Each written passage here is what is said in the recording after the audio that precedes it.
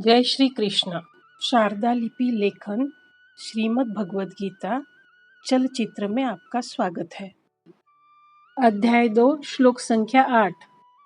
नहि प्रपश्यामि ममापुनुद्याद् यच्छोकमुच्छोषणमिन्द्रियाणाम् अवाप्य भूमा वसपत्नमृद्धं राज्यं सुराणामपि चाधिपत्यम्।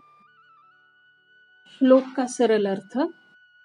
क्योंकि भूमि में निष्कंटक धन धान्य संपन्न राज्य को और देवताओं को स्वामी पने को प्राप्त होकर भी मैं उस उपाय को नहीं देखता हूँ जो मेरी इंद्रियों को सुखाने वाले शोक को दूर कर सके।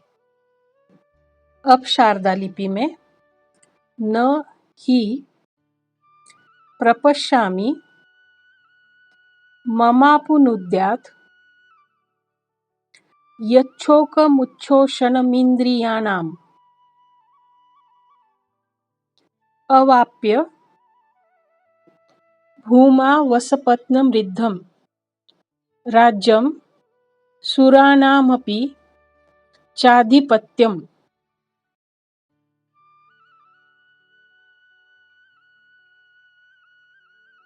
श्री कृष्णार्पणम् अस्तु।